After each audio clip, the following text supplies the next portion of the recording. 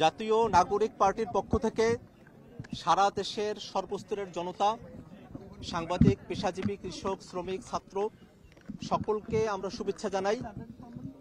আজ জাতীয় নাগরিক পার্টির পক্ষ থেকে আমরা জাতীয় স্মৃতিসৌধে এসেছি।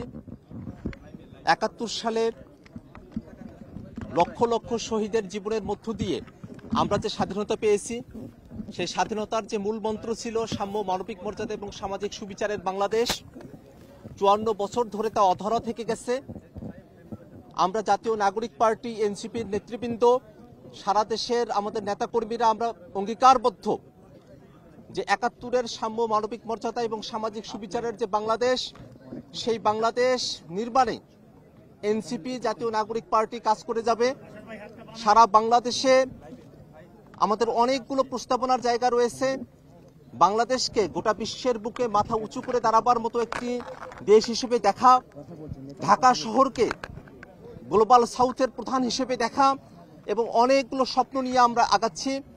বাংলাদেশের বর্তমান প্রেক্ষাপটে আমরা বিশ্বাস করি যে নতুন একটি সংবিধানের বাস্তবতা রয়েছে। তার প্রেক্ষিতে আমরা গণপরিষদ নির্বাচনের কথা বলেছি এবং একই সাথে সে গণপরিষদ নির্বাচনে যারা জয়ী হবেন তারা সংসদ সদস্য হিসেবেও ভূমিকা পালন করবেন, তেমন প্রস্তাবনা আমাদের পক্ষ থেকে আছে। আমরা সারা দেশের মানুষের কাছে আমরা দোয়া চাই যাতে করে যে তারুণ্যের হাত ধরে জাতীয় নাগরিক পার্টি এনসিপি তার কার্যক্রম শুরু করেছে, যেন বাংলাদেশের সকল সম্প্রদায়ের মানুষকে, সকল ঘরানার মানুষকে, সকলের জন্য একটা আস্থাভাজন রাজনৈতিক দল হিসেবে আমরা আমাদের যাত্রা শুরু করতে পারি।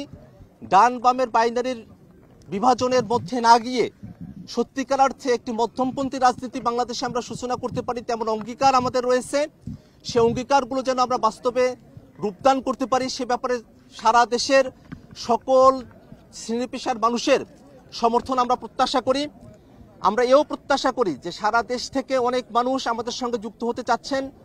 অল্প সময়ের মধ্যেই সারা দেশের সকল জেলায়, সকল উপজেলায় জাতীয় নাগরিক কমিটি তাদের কর্মপরিধি এবং বিস্তৃতি করতে সক্ষম হবে বলে আমরা আশাবাদী। এই সময়ে আজকে আমাদের আরও একটি কর্মসূচি রয়েছে রায়ের বাজারে। ২৪-এর যারা শহীদেরা আছেন, আমরা তাদের কবর জিয়ারতে যাব, আমরা তাদের জন্য দোয়া করব। আমরা চাইব যারা সাংবাদিকরা আছেন, যারা বাংলাদেশের আপামর জনতা আছেন, তাদের সকলের দোয়ায়, তাদের সকলের ভালোবাসা নিয়ে, প্রত্যাশা এবং পরামর্শ নিয়ে এনসিপি, জাতীয় নাগরিক পার্টি সামনের দিনে এগিয়ে যাবে। ধন্যবাদ সকলকে।